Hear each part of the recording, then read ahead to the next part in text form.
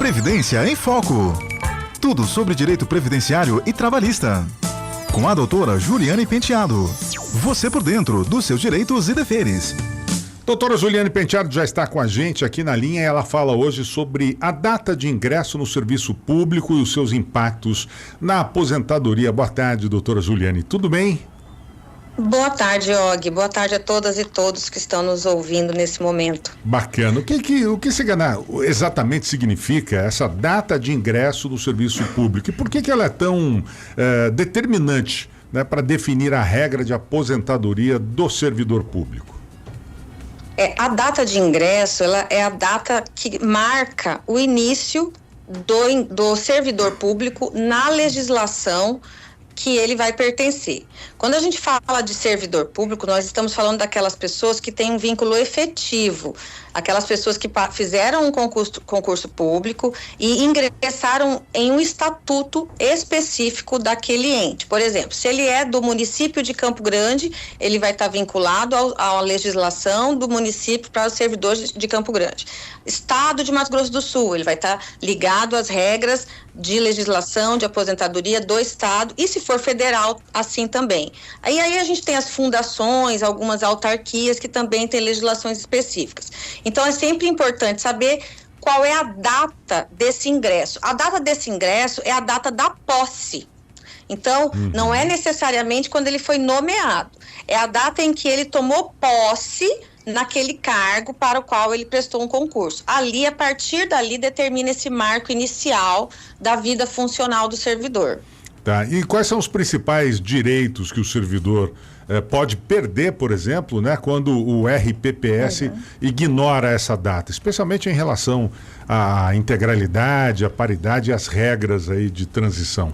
Isso, exatamente. O que acontece? Quando o servidor tem uma data, uma marco inicial, essa data ela vai pontuar qual é a regra que ele vai se enquadrar. Então, existem as possibilidades de integralidade e paridade. O que significa isso? Ele ter o valor da última remuneração, que é o mesmo valor que ele recebia na ativa, né? A não ser aqueles adicionais que não incorporam, e a paridade, que é ter o reajuste de acordo com a ativa. Então, sempre que o pessoal da ativa tiver um aumento de salário, ele também teria um aumento de salário na sua aposentadoria. E aí existem aquelas regras de transição que a gente sempre explica, para aquelas pessoas que entram e depois no meio do caminho a regra muda. Existem algumas regras de transição favoráveis que ele pode se beneficiar também. Então, por isso é importante ver qual é a data desse ingresso, para que ele fixe qual seria a sua regra adequada. Doutora, muitas pessoas começaram num cargo público, aí sai do cargo público e tal, e depois acaba voltando em outro.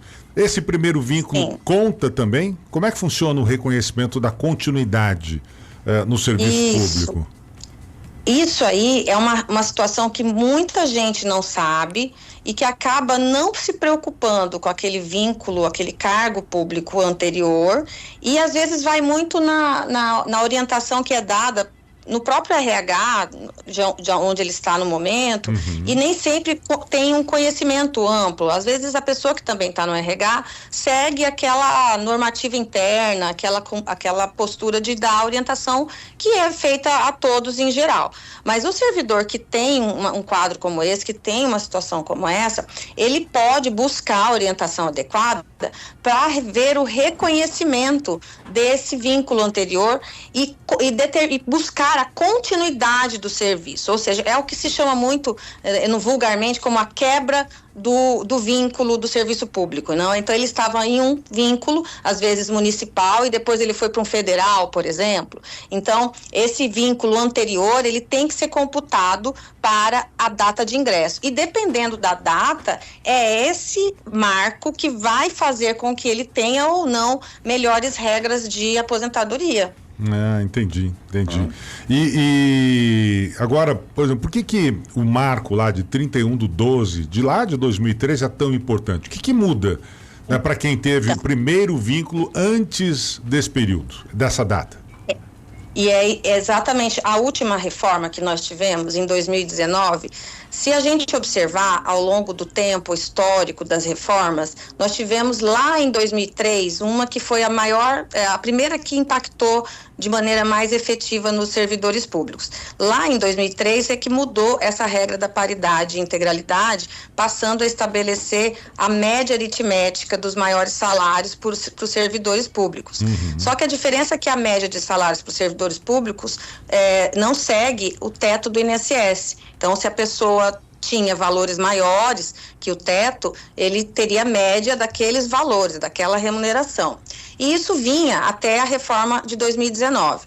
Com a reforma e aí manteve, mesmo assim, com a emenda de 2003, manteve regra de transição anterior para quem tinha tomado posse antes dessa data, para manter a paridade e integralidade. Com a reforma de 2019, nós tivemos aí uma mudança bem mais impactante para todos, tanto para o geral como para o próprio, e que para o servidor público nós ficamos com duas regras de transição. Uma é a do pedágio de 100%, então tem que alcançar o dobro do tempo que faltava, mais uma idade mínima, e também a regra dos pontos, também que tem que chegar à pontuação daquele ano.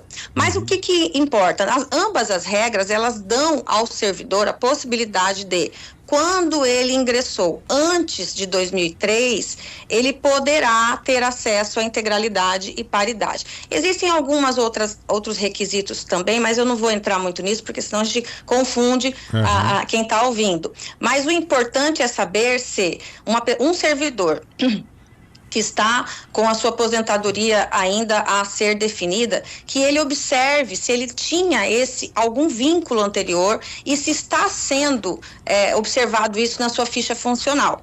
Porque esse marco, ele pode fazer a diferença nos seus rendimentos, na sua aposentadoria futura, que a gente sabe que está cada vez mais defasada, né, por conta de tantas reformas. Então, para esse servidor, ele tem que observar esse reconhecimento inicial desse serviço público para que ele busque, se for o caso, até um requerimento administrativo ou até ação judicial mesmo. Certo. E para a gente finalizar, doutor, o que o servidor pode fazer se ele suspeitar que a aposentadoria foi calculada com a regra errada, por desconsiderar a data de ingresso dele no serviço público? É possível revisar e corrigir isso? Sim.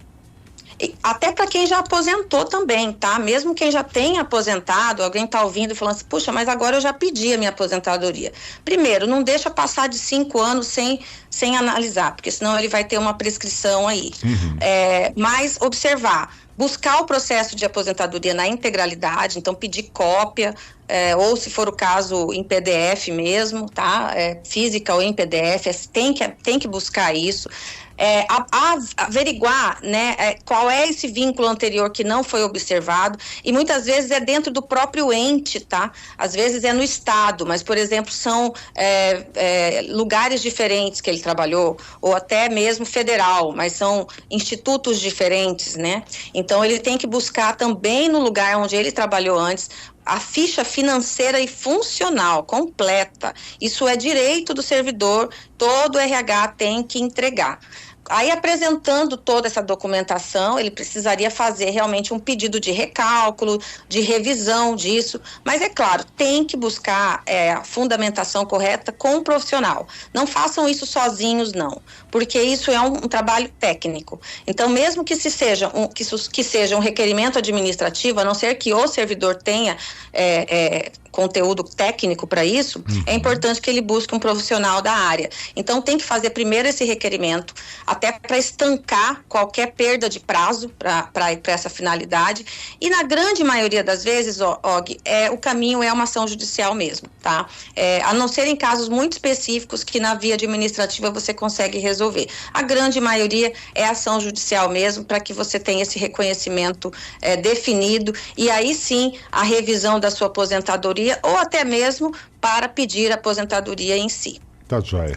Obrigado, doutora Juliane Penteado, hoje falando sobre a importância da data de ingresso, né, no serviço público para as aposentadorias dos servidores. Muito obrigado, doutora, um forte abraço, boa semana para você. Eu que agradeço, um forte abraço a todos e todas, fiquem com Deus Mulheres, se cuidem. Isso. Queria deixar só aqui esse recadinho, Og. Hoje nós tivemos mais um feminicídio em Campo Grande. Pois é, infelizmente. E eu estou muito preocupada com isso, e eu acho que a gente precisa muito falar disso todos os dias. Com se certeza. Cuidem, e os homens de bem, cuidem também de suas mulheres e de suas amigas. E evitem que o seu amigo, que seja também esse homem tóxico, não cometa. Parem esses amigos homens. Exato. Que vocês às vezes têm, a gente tem, às vezes a gente evita de intrometer, acha que está sendo invasivo, mas principalmente os homens. Encontrou um homem dessa maneira, seja amigo das mulheres e tenta evitar que coisas como essas mais uma vez aconteçam. Exatamente. Esse é o meu recadinho para finalizar, Og. Tá, obrigada ótimo. pelo espaço. Obrigado, viu? doutora. Obrigado. Um Forte abraço. Fiquem todos com Deus. Tchau, tchau.